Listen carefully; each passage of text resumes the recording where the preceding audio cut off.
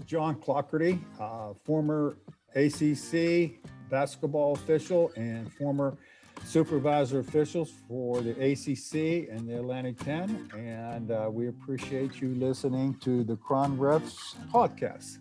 Serve the game.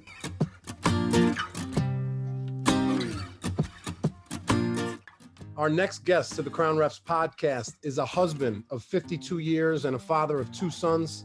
He is an NCAA officiating legend, a former 30-year Division I official who's worked in multiple major conferences, including the ACC, Big East, and SEC.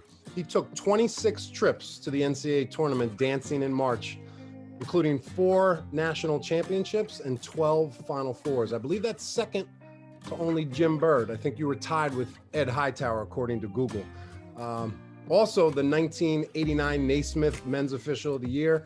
He retired from officiating on the court in 2005 and then immediately into the role of coordinator of officials in the ACC A10 and Colonial, where he spent 10 seasons in those positions, retiring in 2015 and was inducted into both the Pennsylvania and North Carolina Hall of Fame. It's truly a great honor to welcome Mr. John Clougherty. How are you, sir? Paul, I'm doing great. Look forward to talking to you and maybe answering some questions and give you a little bit about my career in NCAA officiating. That's quite an impressive resume. I'm sure I had a few incorrect calls when listing all of your achievements. Is there anything I missed or left out?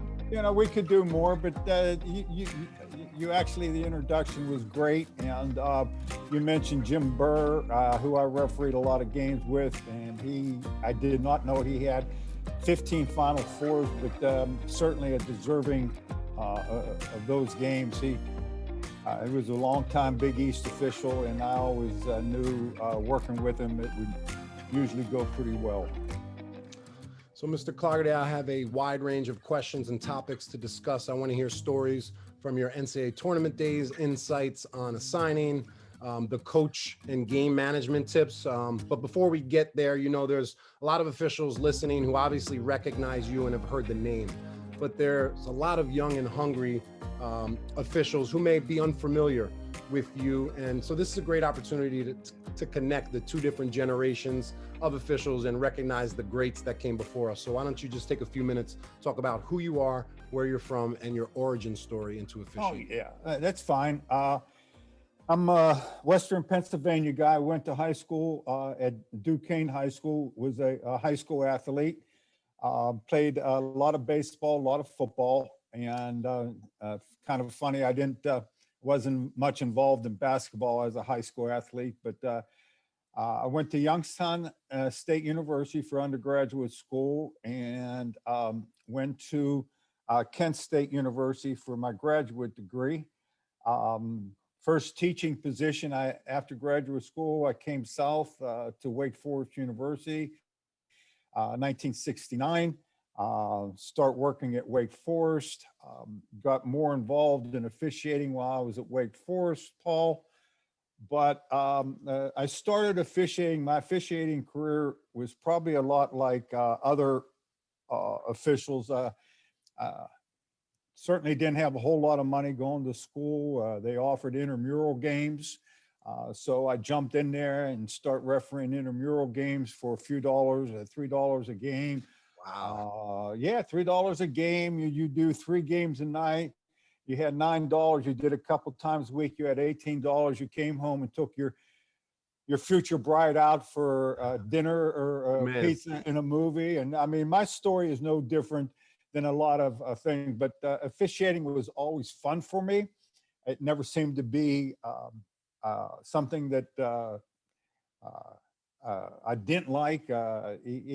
Refereeing intramural games and fraternity games are really not the easiest thing either. But once I got to south to North Carolina, I continued, got a high school license, started doing high school games, and one thing led to another. And, so that was, I basically got started at intramural games and then high school games and then small college and one thing up the ladder. Yeah, so take me back to the 1970s as you're transitioning to, you got your big break working ACC freshman games because freshmen were ineligible at the time. Talk about those experiences and how that served as a pivotal lead up for you making the varsity roster. You know, Paul, I'm not sure that I would have had the career I had if it hadn't been, uh, uh, if it was modern day. And the reason I say that, there were no camps, no basketball camps at that period of time in the early 70s. So the only games you could possibly get were either, if you were lucky enough to get on the freshman roster of the ACC, then they played those ACC freshman games before the varsity games. And there were great players, Donald Washington, David Thompson, Tommy Lagarde, Mitch Kupchak, Tom McMillan at Maryland, Lynn Elmore, actually. They all played freshman basketball. And if you were on the ACC freshman staff, you refereed those games, and the three guys that were going to referee the varsity game usually came in there, watched the half before they went back to the locker room. And your supervisor of officials was there not only to watch you, but to certainly see the varsity game. So I had those eyes put on me. And it took 2 or 3 years before I was invited into the ACC. And even when I did, Paul, all I got for a couple years, 2 or 3 years, were non-conference exhibition games until he thought I was deserving of maybe a conference game. And so there was no camps, I couldn't have got any exposure. I was working NAIA games and small college games, but my supervisor in the ACC would not have seen those games, if you follow me. The only games he could put eyes on me were the freshmen, and that got me started. And you know, he liked what I did, but he didn't like me enough to put me in conference games until 2 or 3 years after that. You mentioned your biggest disappointment was your first 7 years being assigned to the NCAA tournament and being sent home each year after only one game. How did you get over the hump, and what do you think led to your breakthrough? You know, Paul, every official has to be honest with themselves, and at the same time, they always think they're ready for the next step. Well, every time I got sent home, I was pretty much devastated because I thought I was good enough to advance to the next round, and then the next round, and then the next round. Well, when I look back, that wasn't true. I was a much better referee when I did break through than the first time I went to the tournament. When I went to the tournament, I probably wasn't ready for the next step, even though I thought I was, and every official that goes thinks he is. But it took me a while. It's like a freshman basketball player who really thinks he's a crackerjack until he gets in front of that Dean Dome and gets in front of a large crowd and gets into a tight game. Maybe he's not ready for that. And every year, I believe I got better at understanding those NCAA games in the games that I was assigned. And I was always mad at the evaluators for sending me home. But my mentor, Hank Nichols, when I did break through, and he says, "You didn't go because you weren't good enough to go." That was his words to me. Now you are. Now you can handle these games. And that's how he treated me, Paul. He let me know that don't blame it on the evaluating committee.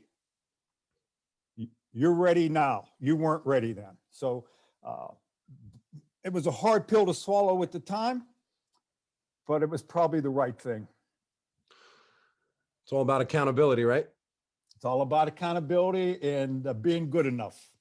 Yep, and not placing the blame. I want to talk a little bit more about Hank Nichols. You know, one of the goals of Crown Refs is to bring undeniable value to help basketball officials learn and develop through our content. And you obviously mentioned the tremendous value that Hank Nichols provided you. And you said this quote, "He taught me everything I know to become successful through love." I thought that was a pretty interesting and rarely used line when speaking about officiating. Could you just please share the story of Hank Nichols and what he meant to you? Yeah, again, I was fortunate because when I did start getting conference games, the supervisor was smart enough to put me with a guy like Hank Nichols, and he put me a lot of games with Hank. And he knew that if there was anything that was going to, any cracks in the game, Henry Nichols was there to take care of it. All I had to do was referee the game. And I didn't have to manage benches. I didn't have to manage players. Hank Nichols was the best referee, Paul, in the country at that time. And maybe his induction into the Basketball Hall of Fame goes to show you how important they thought about Hank Nichols. But as an individual referee, he put me, Norval Nave, the supervisor, put me with Hank Nichols. And Hank Nichols did not make it easy on me. I love the guy to death, but he pointed out early on all my mistakes and how I need to take those mistakes out of my game and do these certain things. And he did it through tough love. It wasn't a slap on the back and always saying you did a great job, you're going to be a terrific referee. That's not the avenue Hank Nichols went. Hank Nichols was always, you got to do this, you got to do that. And very little of it, Paul, was play calling. Okay. Very little of it was mechanics. It was how do you deal with a play call, score, time. He taught me to understand who the players were on the floor, the importance of the players, how many fouls they had, what the score of the time was.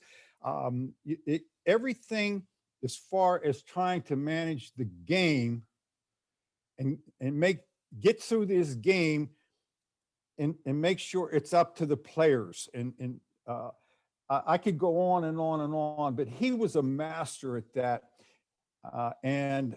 I took it for what it was worth. I took notes. After the game, we'd go out and have a drink, and we didn't talk about the next game. We talked about the game we had. And I know I'll share this with you if I can. We had Maryland, Virginia, which is always the last game of the ACC. Maryland plays Virginia, and Ralph Sampson's senior year. And Henry was not happy with the first half. It was Ralph Sampson's senior year. He was the NCAA Player of the Year multiple times, and Henry's not happy with in the games at Virginia. Henry's not happy. We get in the dressing room, and he says, "Now listen, Ralph Sampson has 3 fouls. For him to get 4 or 5, there better be blood on the floor. Okay, this is this boy's senior year, and those next 2 fouls are going to be so legit that everybody will see them." He was telling us how to do this game. And those are the things that he taught me. And I'll always be grateful. Yeah. Love it. Thanks for sharing that. John, I'm 41 years old. My earliest memories of college basketball, when it really first hit my radar, were those iconic UNLV and Duke teams of the early 90s that featured Grandmama Larry Johnson, Greg Anthony, Stacey Augmon, and for the Blue Devils, Christian Laettner, Bobby Hurley, and Grant Hill. UNLV felt like a super team with the speed and power that they played with, and Duke was, of course, about to go on a run of back-to-back championships. Talk about that rivalry and the legendary 1992 Final Four game between UNLV and Duke. Well, I can remember the year before, although I wasn't involved in it. The year before, UNLV beat Duke by 30 points. 30 points. 103-73. And Krzyzewski has told me before that was a real butt kicking, and they were so much better than him, and they weren't ready for UNLV.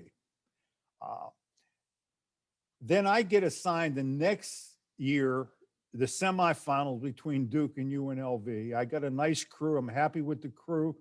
But I tell the crew, if this is going to be a replay of last year, let's stay in it. If it gets out of hand, just understand that we got to referee one play at a time, no matter what the score is. I can remember my pregame because I had the feeling since UNLV was 30-0 going into that game.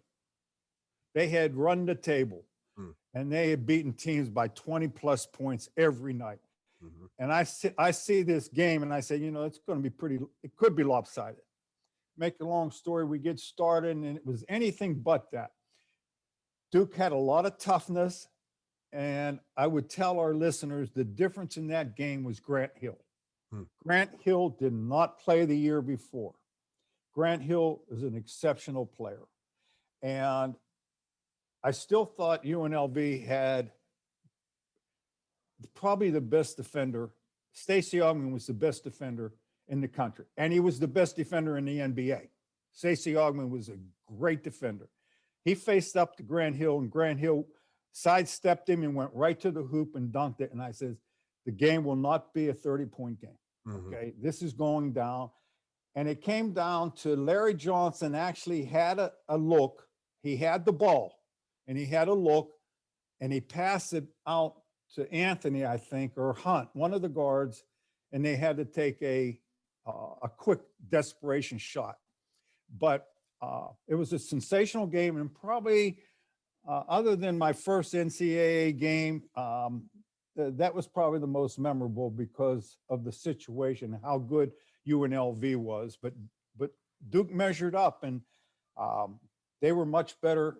They were equal to UNLV that night, for sure. Yeah, the added athleticism of Grant Hill made Grant Hill was the difference maker, difference.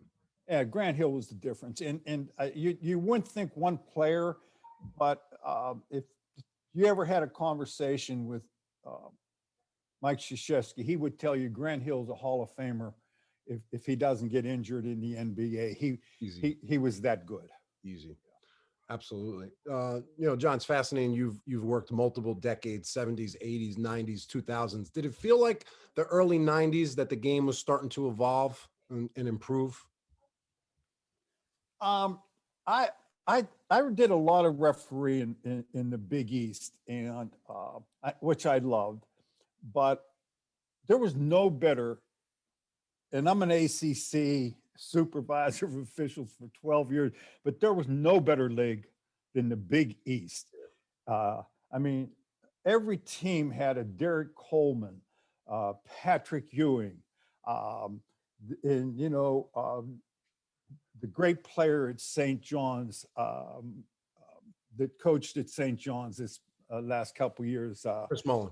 Yeah, I mean, they had every team, and the Big East was different. And Pitt had really good teams. I mean, Pitt had terrific teams. I loved refereeing. It was a much more physical game than the ACC. I think what happened, Paul, at some point in time, Connecticut was locking people down with their defense. You couldn't score against them. And there was a lot of hand checking, a lot of holding coming off of screens. The NCAA, I'm not saying they saw Big East, but they says, we have to put some rules in to make this game easier for the offense. That's what I believe. So they put the hand checking in and no arm bars in the back on the low post guys. They start doing those type of things to help the game. But at one point in time, the game was getting so physical that, to score against Connecticut was, and other teams was really hard. I mean, it truly was a different game with the chucking of cutters. Two hands are allowed on ball handlers, bumping, riding. So those rule changes obviously changed the landscape of the sport and opened it up for more offense, right? Yeah, Rolly Massimino had a kid named John Pannone, and John would set up. He was the first guy. Rolly put him down, and I remember down in the low post, and they used to swing the ball before that time, Paul. The post guy would always swing to the ball, but Rolly put a postman down there like John Pannone, who had a big backside, and he rotated the ball back to John Pannone. Well, when you see that in a Louis Conaseca or somebody, John Tom says, well, we got those kind of guys. We'll just put our big guys down in there. And then the low post got almost unofficiated. You couldn't officiate it. It got so tough. Yeah. I'm going to share my screen. All right. Let me give you a 30-second timeout. Sure. You know, John, in 1996, I was pretty tapped into that year with the amazing run of the Syracuse Orangemen, made with the performance of John Wallace versus the loaded Kentucky Wildcats. Some people say they basically had a starting five, and then they had two starting fives. And they were about to go to 3 straight finals and win 2 of them. Tell us the story of the 1996 national championship game.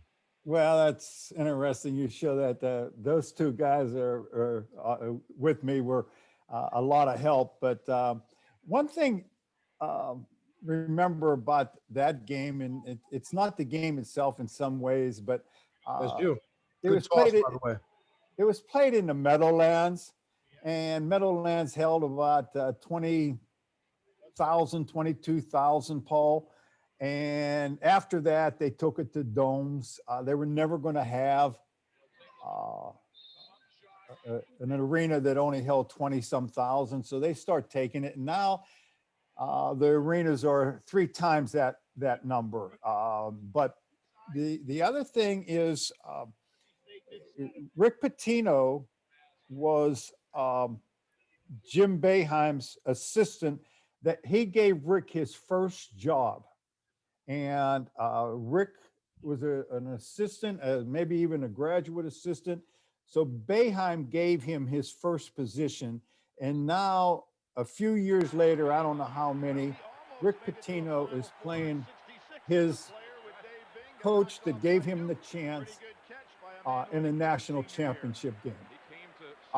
During the game, there was, I will tell you, Rick Pitino had 3 centers. I don't know if he had 2 starting fives, but he had 3 centers, and he didn't waste any fouls on any of them. I mean, he made it tough, but it was a good game, and we had a terrible storm that night, and we had a leak in the roof, and we had to stop the game and make sure we had somebody paying attention to the water on the floor. But the game went well. John Wallace, there he is right there, a terrific player. But I think the story was Kentucky had too many weapons. But it made for a good story with Rick and Coach Boeheim. And I will add this, and I've heard Coach Boeheim say this, Paul. He thinks Rick Pitino may be as good, if not the best, basketball coach in the country. He has said that. He was in the ACC when I was the supervisor. Syracuse was, but his regard for Rick Pitino, he thinks he is, if not the best, one of the very best basketball coaches in the country. Rick Pitino is an incredible coach, and so is Coach Boeheim, of course. Those guys are in an elite class of their own. Any whistles stand out from this game? I don't remember us getting anybody in foul trouble. I think everybody, Paul, got their minutes. Unless you could help me, I don't remember any issues in the game. 2 good teams played basketball, and it was in New York City, which kind of special for Syracuse. That was nice. Yeah. Hey, that was a nice travel poll you just had. Is that you? I didn't get them all right, but I was hoping to get my share. Yeah. Hey, you're looking real stylistic in that collared shirt. We should bring them back. Oh boy, how about that, huh? Very professional. Yeah, we don't see it. I guess we have a 3-point line there. Yeah. Yeah, very cool. Well, it's nice to be able to pull up an old game on YouTube. Well, that's you're a high-tech guy. I do another podcast of my own, Paul, but we don't do anything quite as elaborate as this. Yeah, we're definitely going to touch about that a little bit later on. So, John, in 2005, you retired on the court, 30 years plus. Talk to me about the transition from official to coordinator, and give the referees listening a little insight on how coordinators evaluate their roster. First of all, the transition from coming off the floor to supervisor was a real eye opener for me. Two things. I refereed 30 years Division I at a pretty high level, and I enjoyed every year. There were tough nights, and then most of them were really pleasurable, really fun. And but once you become a supervisor, you're starting to manage referees and starting to manage coaches. And I went from on-floor referee to managing. And I thought my issue when you become a supervisor, and if you talk to supervisors, whether it's Brian Kersey or Johnny Cal, I think at some point they'll tell you the issues sometimes come more with referees than it does with coaches. Amazing. Referees always think they should get more games, better games, more money, less travel, and I could go on. And they become jealous sometimes, or even jealous of their partners who might be advancing and they don't see them advancing, and they're putting it back on the supervisor. When I took over the ACC, there were some guys that I had to get rid of. I thought they were going to be loyal to their past supervisor to the point where they were talking behind my back and trying to make it more difficult for me than it should be. It was difficult in its sense. So there was referees that I had to get rid of. And there was referees that were on the ACC staff that deserved to move up and get better games. And they weren't getting them with the previous supervisor. So you always have, you're in charge of your staff, and you have to do what you think is best for the league and best for your staff.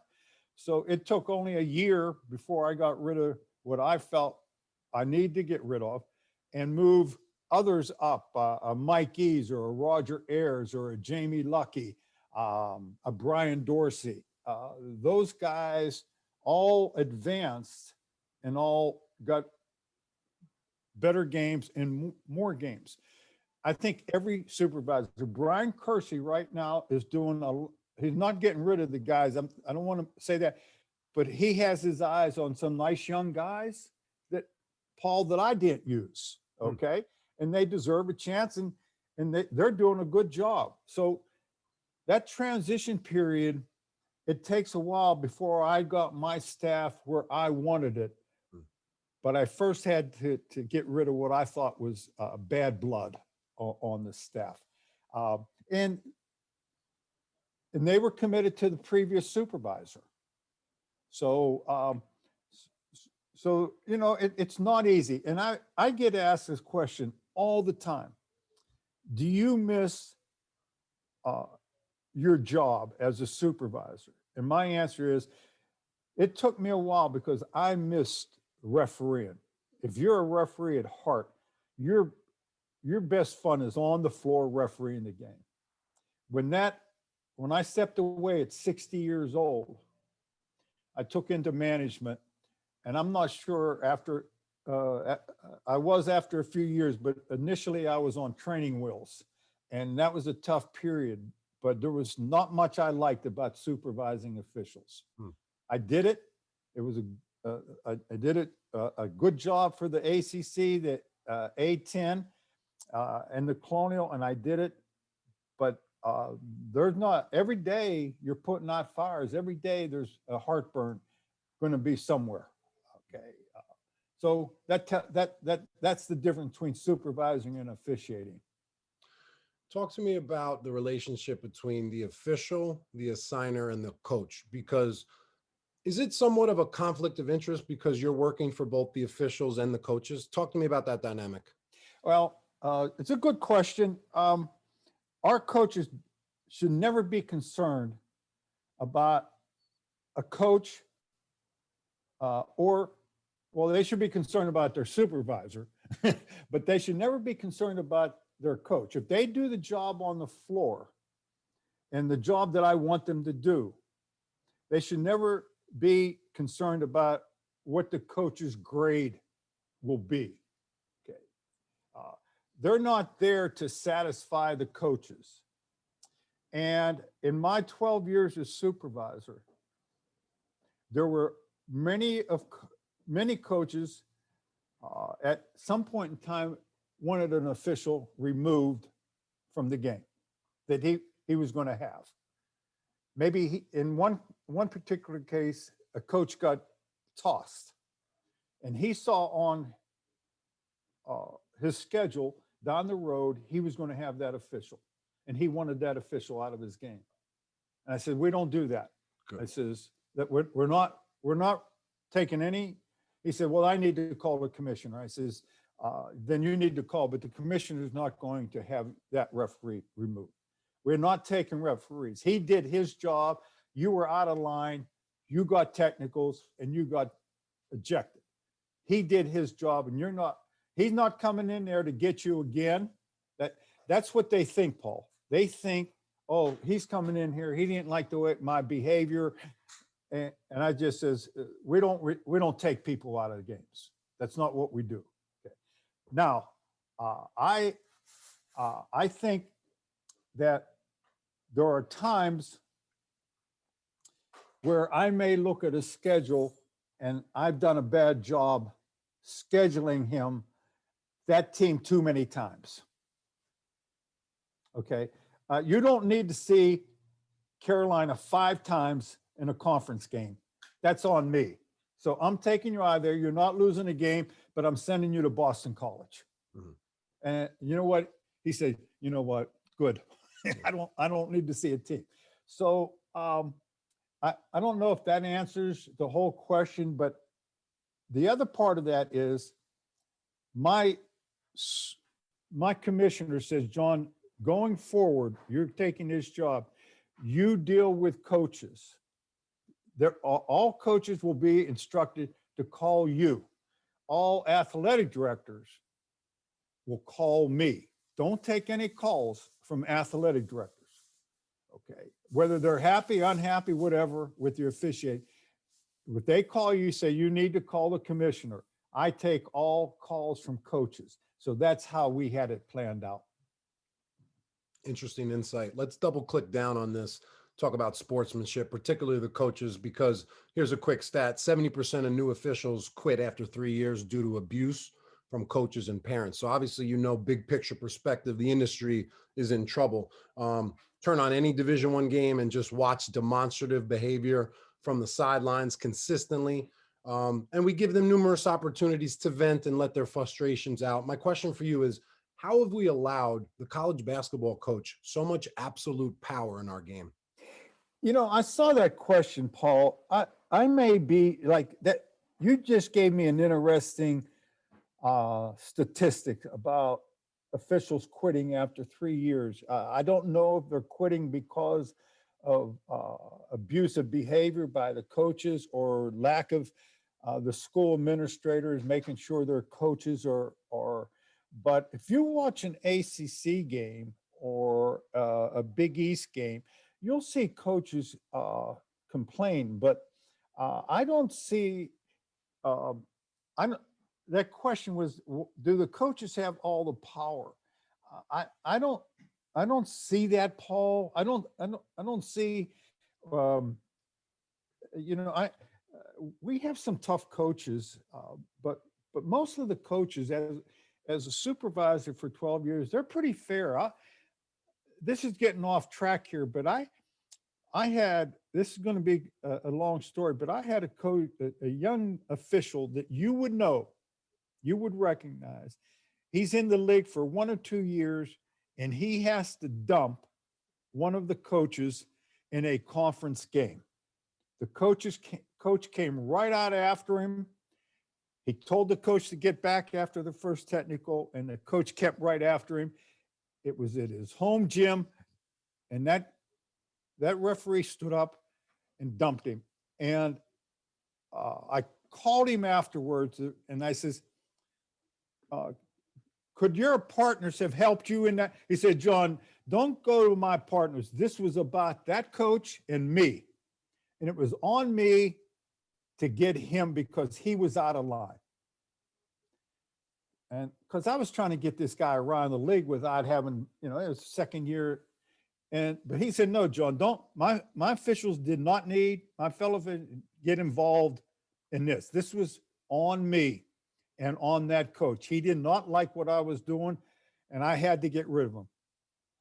At the end of the year, I saw the coach working out at our spring meetings, and I was working out at our spring meetings. And I says, Coach, I won't bring up any, I says, Coach, your rating of such and such officials was rather high. I says, I was surprised at that you rated that official that ejected you up pretty high when I asked for ratings. And he said, and? I said, that surprised me. He said, John, that official was absolutely correct in getting rid of me. And if he can dump me at home, then I know I'll feel safe when I go on the road that he'll do his job. And then he welcomed that official back every time he went back, Paul. That's not answering your question about coaches have power. I don't see it. I think unsportsmanlike behavior is terrible, okay? And there are some coaches that make everybody look bad because of their behavior. But you could help me this. Maybe it's at a lower level. Maybe it's high school. Maybe it's at small college, but I don't see it in the Power 5 conferences. Well, what I mean by power is you just mentioned ratings. We are allowing non-officials who've never taken the class to give an evaluation on something that they may not know a lot of information about.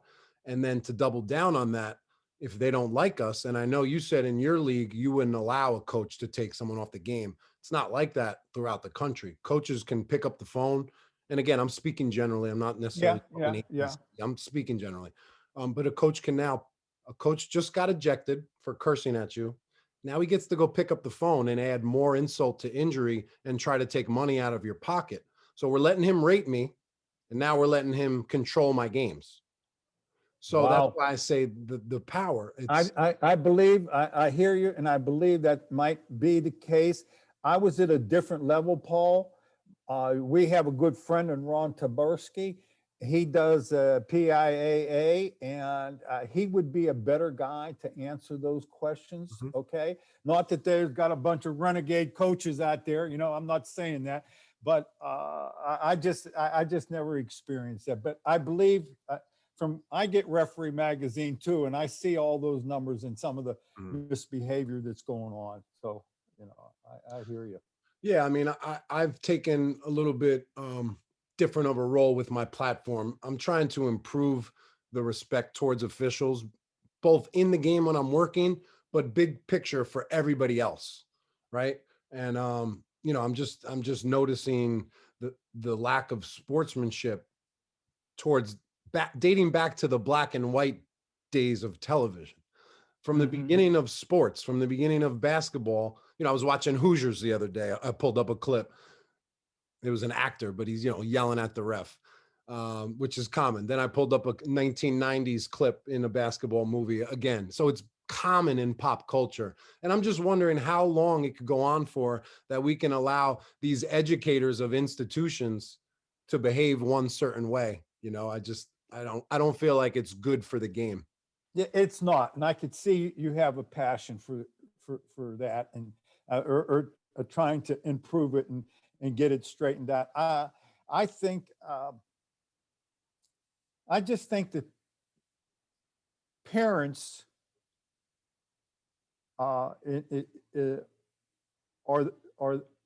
bigger problem than maybe coaches. Okay.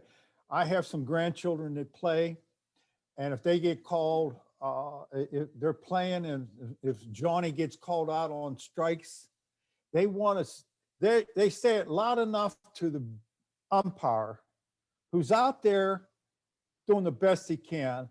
But he called Johnny out on strikes, and the adults are screaming at him. And I'm sitting back there thinking, are you kidding me? Okay. I mean, and the parents take a pledge that before the season starts that they'll behave, but they can't help themselves. And it is, I mean, that's just one thing. I saw going to a game a few years ago, a guy hit with a baseball bat in a high school game, hit an umpire in the chest with a bat. And the umpire went down, hit him right in the chest with a bat. And I said, this can't be happening. This is not happening. And, you know, I think there's a problem out there. There's no question. And it's funny, I'm a bit of a contradiction because yes, I'm trying to help this problem because I do think it is a problem. However, I like when the coach yells at me during the game because then I get to go use my game management skills and it's fun. Your juice is going. So yeah, well, you talk about evaluating.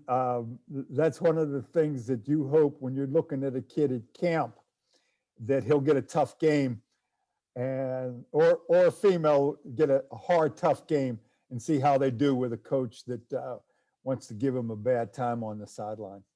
Tell you, when I hear about reputations of coaches that maybe I've never worked before, and like, oh, this guy is really difficult, I'm excited. I want you to be difficult on the sideline. You know, good. It's funny. It's just it's one of the things I guess we do love about officiating is that competitiveness of and the challenge. Yeah. And it's really like verbal sparring with these coaches and the things that they throw at you. I've used this new reference now when dealing with the feedback we get from coaches. Most of it I would relate to junk mail and spam. They're sending you information that's totally incorrect about the game. No, John, you didn't just miss a hand check. No, John, my guy didn't just get bumped. So it's like they're giving us all this information. Officials out there, don't listen to their advice. Right. No, that's a good point.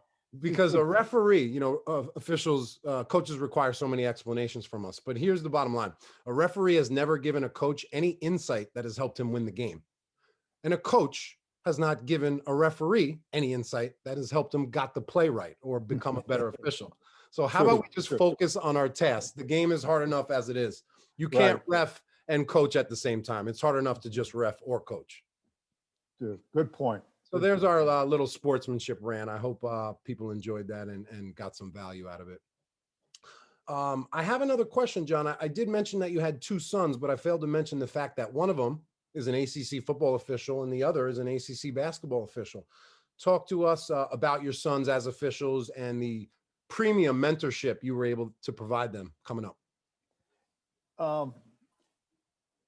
Paul, you would think like I had nothing to do with the one that works ACC football. I mean, he never had an interest in being a basketball official.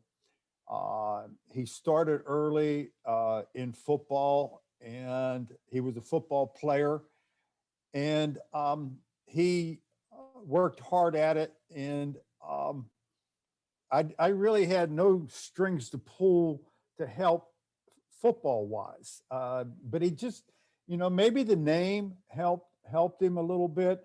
I can't say it certainly didn't hurt him, but you know, he had to put his dues in. He worked high school, and then he worked small college.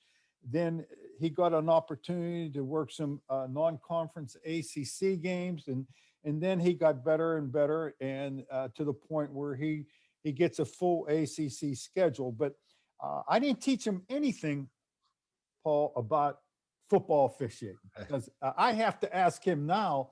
You're going to have to tell me what downfield pass interference, both offensively and defense, because I have no idea how you would call that, because of all the mess that goes on downfield.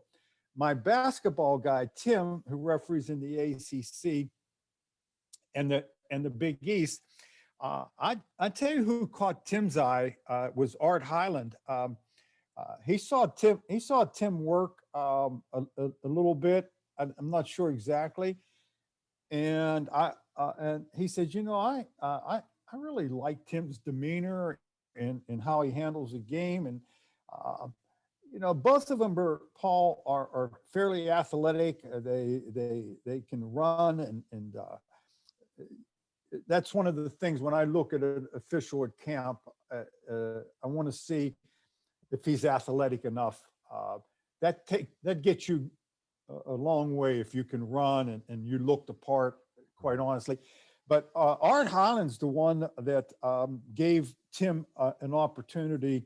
He worked in the Big East before and also the SEC. But Tim looked at what I was doing enough that through osmosis, he picked up things that I was doing that would benefit him. He's a much different referee than I am. I mean, he's good in what he does, but he's not his dad in that regard. He's earned his stripes. He continues to earn his stripes. He's at the NCAAs now. He's like everyone out there. He wants to do a good job for the teams and then hopefully advance. But I think Tim saw the nuggets that I was able to use that help manage coaches and players. He's very good with players. He told me he's very good with players because he refereed with Timmy Higgins, who he thought was the best he's ever been with when it comes to dealing with players.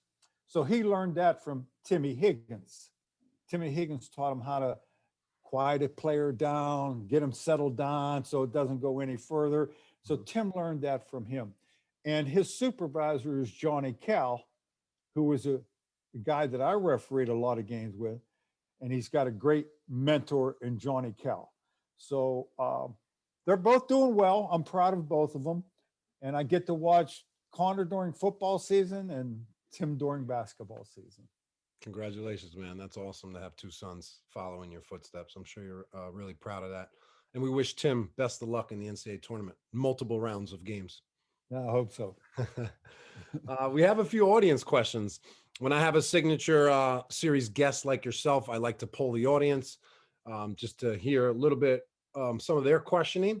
So we'll do like a little bit of a speed round. No shot clock, so no rush, but we're going to a little bit more up tempo. All right, John? I know you got wheels. I know you got wheels. You know, what was the best player or coach interaction you had? Yes, I'm sorry. So Timothy Cody, got to give him a shout out. Timothy Cody says, what was the best player or coach interaction you had? Real quick, I had the 86 semifinals between Kansas and Duke, and we did not referee real well. We were in Dallas, and Larry Brown was the coach of Kansas, and we got Danny Manning in foul trouble early. He must have been Make a long story. I come back and have the 88 national championship between Oklahoma and Kansas. And I know Larry Brown was not happy with the 86 performance of the referees. And I told the crew going in, just be prepared. Larry Brown is not going to be happy to see me in this game. I said, so I'm going to give him some rope up to a point. Because he's going to take his shot. Danny Manning was still playing. We get into the game. We play 5 minutes. The first foul I call happens to be against Danny Manning. And Larry Brown let me have it. What did he say to you, John? He said, are we going to have another night like we had 2 years ago? Are you going to get, honestly, he may have had the right to say that, okay? Because I told you we didn't do a real good job. Okay. Is that what we're going to look at tonight? Okay. So I told my crew, this is going to happen. He's going to get his shot. And how do you respond to something like that? Okay. You talk about interaction. I let him, he did it. I went over I didn't go into his huddle. You never want to go into a coach's huddle. They broke from timeout. I brought him out on the floor. I says, Coach, you got your shot. It may have been deserved. You say one more thing about the officiating, understand that I'm going to enforce the rules. I love it. Okay. And you know what? He looked at me. He got his pound of flesh. And then we moved on. And he didn't say anything more because he could argue about another double dribble or a walk, but he wasn't going to say anything more about fouls on Danny Manning. I allowed him that rope. I don't know if he deserved that, but I knew it was coming. I love your approach, John. And one great thing that you said, and a lot of officials ask me or just ask this question in general, when do we go talk to a coach? When's the best time? And you did it at the exact best time. You're not going to go in during the huddle, but once that timeout breaks, his players have left, the coach has taken a breath, he's forgotten about previous possessions, he's all ears now. That's when you go and deliver your message. Do you find that that's the most opportune time? It is the most opportune time. Those coaches, you don't want to break their huddle. You don't want, he's talking to his team, okay? He's giving them instructions. If you show disrespect to him going in his huddle in front of his players, you're asking for trouble, Paul. You are asking, you've disrespected him going into his huddle. Wait, there's plenty of time. You got 15 seconds. He's breaking his huddle. They're coming out on the floor. Walk over to him, and I just said, Coach Brown, we're done. We're done. And he understood both. He shook his head just like you are. He shook his head and says, okay, we're he got his dibs in. You know, it's funny. That's a response I'll use. Let's say a coach is barking at me during a live ball, or I don't have a chance to respond, kind of like an interruption to the game or a distraction. And I'll go up to him at the end of the timeout and say, Coach, with all due respect, I would never interrupt your huddle when you're talking to your players and try to, force you to lose focus. Please have that same respect for me. Allow me to focus on the play. Normally that goes off pretty well. Yeah, it goes well. See, you're not being threatening. Officials shouldn't threaten a coach. Okay. I mean, it's wrong. Don't muscle up on a coach. Do just what you said, Coach. This works both ways. I will respect you. You do the same thing with me. Yeah, absolutely. Jeremy Sapinski, this is a pretty interesting question. What's the worst call you've ever made? Anything stand out? Well, I will tell Jeremy that I'm not sure I have a worse call. I've had plenty of bad calls, okay? But I will tell Jeremy, by far, the most controversial call that I've ever had was the finish of the '89 national championship between Seton Hall and Michigan.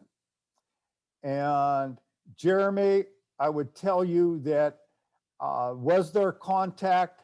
Yes. Was it enough to decide possibly the national championship?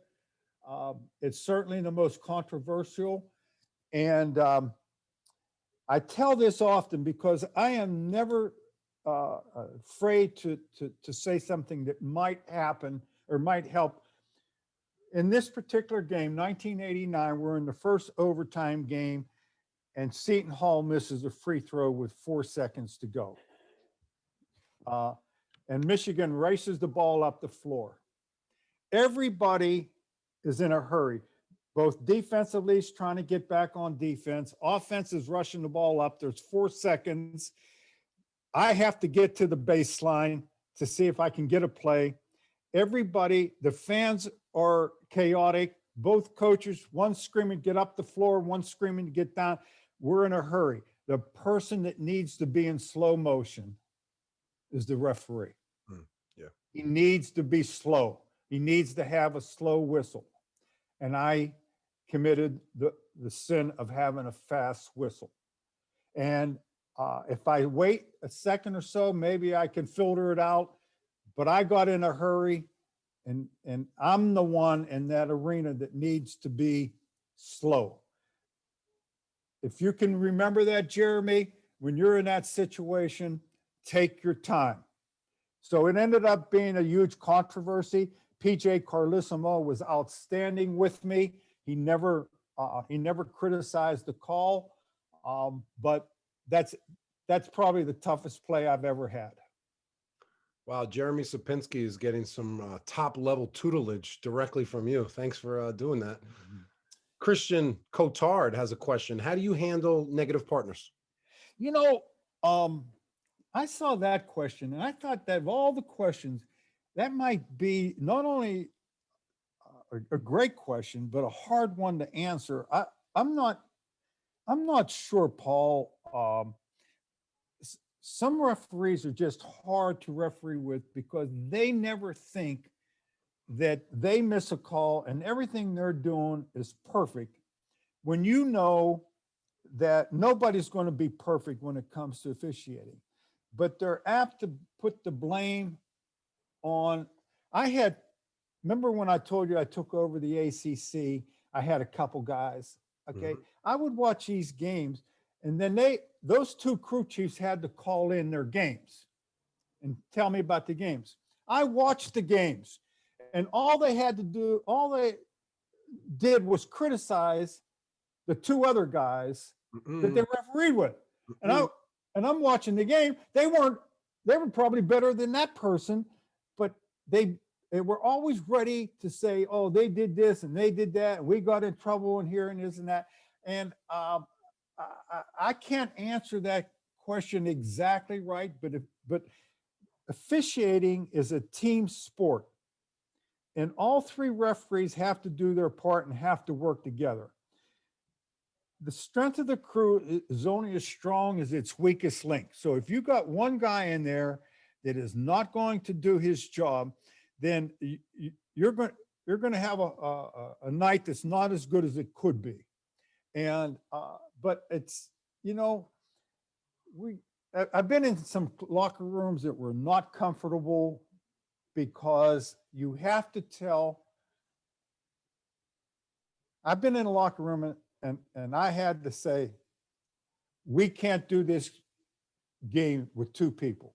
You can't be safe and just skate the rest of the game. You have to get involved, because if you don't, we're going to start reaching in your area and miss calls. That goes over not very well, but sometimes you have to do that to get that person. Honestly, I've had to do that. And my supervisor says, John, did you ever think that young guy might have been intimidated by working with you? I said, no, nobody's intimidated by working with. He said, you don't know that, but in his first or second game, he may be hesitant to even call, that you may be judgmental on his calls. I never thought about that, but that's no excuse, Paul. You know, Paul, I think we had a really good session, honestly. You put up some really good questions. I think officiating is the greatest avocation that someone could have, you know, other than their vocation. You will find out, all referees will find out early on whether it's something they like. And I mentioned this to you before, there's a place for all referees. If you don't get to the level that you think you want to get to, it doesn't mean that you can't referee and have a great career refereeing high school games or small college games or NAIA games, whatever. I just think that not everybody's going to be a Division I Power 5 conference referee. That's not going to happen. And some guys are very good, Paul, up until a certain level.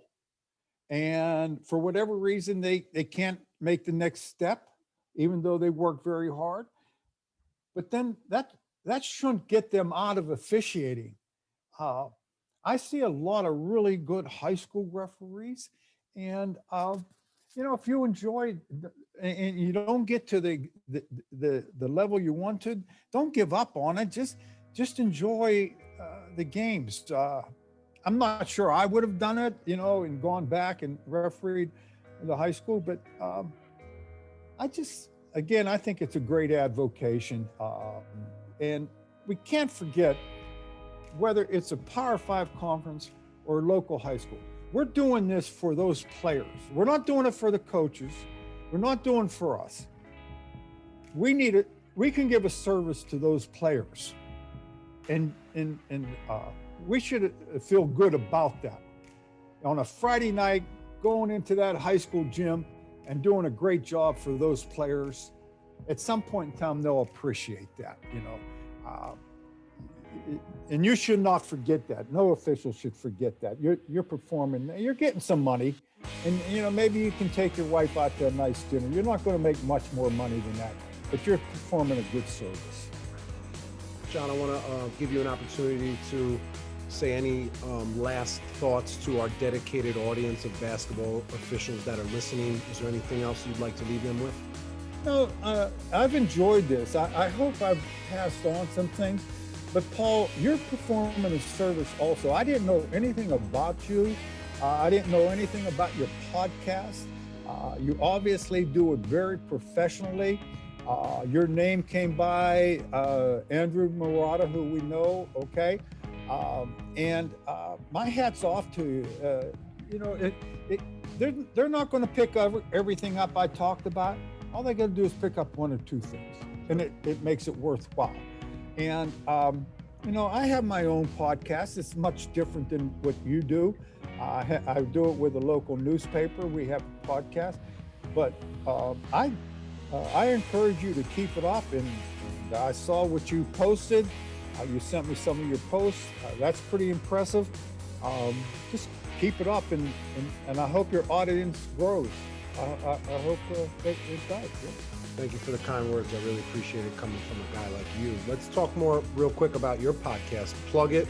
What's the name of it? Where can we find it? It's on iTunes, and it's Whistleblower, and I do it with Luke DeCock. We were stalled during the pandemic, but Luke DeCock is a commentary writer for the News and Observer. He's in Indianapolis now. He's an award-winning commentator. He's very, very good.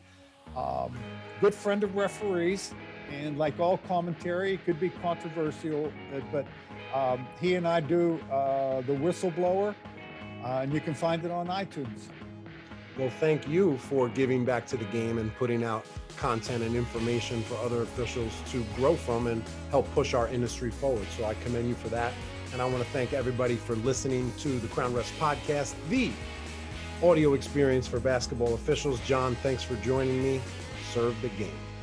Thank you for listening to the Crown Refs Podcast. Serve the game.